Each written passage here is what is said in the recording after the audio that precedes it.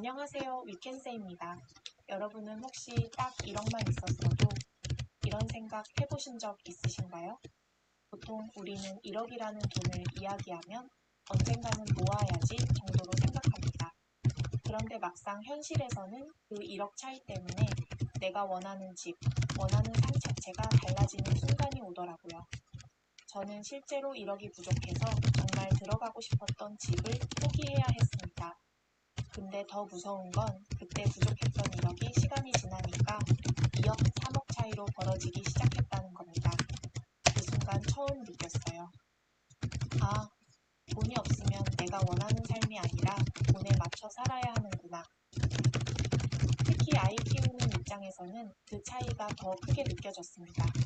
좋은 환경, 좋은 집, 조금 더 안정적인 삶을 원했는데 결국 현실은 통장 잔고가 결정하더라고요. 사실 저도 평범한 직장인이었습니다. 월급 받아 생활했고 통장은 늘 빠듯했고 1억 모으기. 솔직히 저랑은 상관없는 이야기 같았습니다. 그런데 아이러니하게도 그 집을 포기한 이후부터 생각이 완전히 바뀌었습니다. 대출로 버티는 게 아니라 내가 직접 1억을 만들어 보자. 그날 이후 진짜 독하게 돈을 모으기 시작했습니다. 그리고 결과적으로 2년 조금 넘게 걸려 1억을 모았습니다. 오늘은 제가 실제로 했던 현실적인 1억 모으기 방법과 왜 평범한 월급쟁이에게 첫 1억이 인생을 바꾸는 돈인지 짧고 현실적으로 말씀드려보겠습니다. 우선 저는 1억 모으기가 단순히 돈의 문제가 아니라 습관의 문제라고 생각합니다. 첫 1억이 가장 어렵지 그 이후부터는 돈 모이는 속도가 달라집니다. 왜냐하면 돈 쓰는 기준 자체가 바뀌기 때문입니다. 그럼 제가 실제로 했던 방법 말씀드릴게요. 첫 번째는 선저축 후지출입니다. 남은 돈을 저축하는 게 아니라 먼저 저축하고 남은 돈으로 생활했습니다. 처음엔 진짜 답답했습니다. 하지만 이걸 하고 안 하고 차이가 엄청 컸습니다. 두 번째는 소비를 줄이는 습관입니다. 체크카드 사용하고 가계부 쓰고 냉장고 파먹기까지 했습니다. 솔직히 재미없고 힘들었습니다. 근데 그렇게 해야 돈이 남더라고요. 세 번째는 수입을 늘리는 것이었습니다. 어느 순간 느꼈어요. 나는 월급날만 기다리는 사람이구나.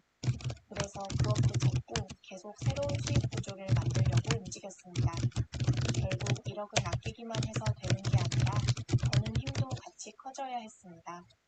그리고 가장 중요했던 건 목표를 정한 거였습니다. 저는 3년 안에 1억 만들기 이 목표를 정했습니다. 목표가 생기니까 돈 쓰는 기준이 완전히 달라졌습니다. 예전에는 이 정도는 써도 되겠지 였는데 그 이후부터는 이 돈이 미래의 내 선택지를 바꾸겠구나 이렇게 생각하게 되더라고요. 결국 저는 2년 조금 넘게 걸려 1억을 모았습니다. 솔직히 다시 하라면 쉽지는 않을 것 같습니다. 근데 확실한 건 그 이후 인생이 달라졌습니다.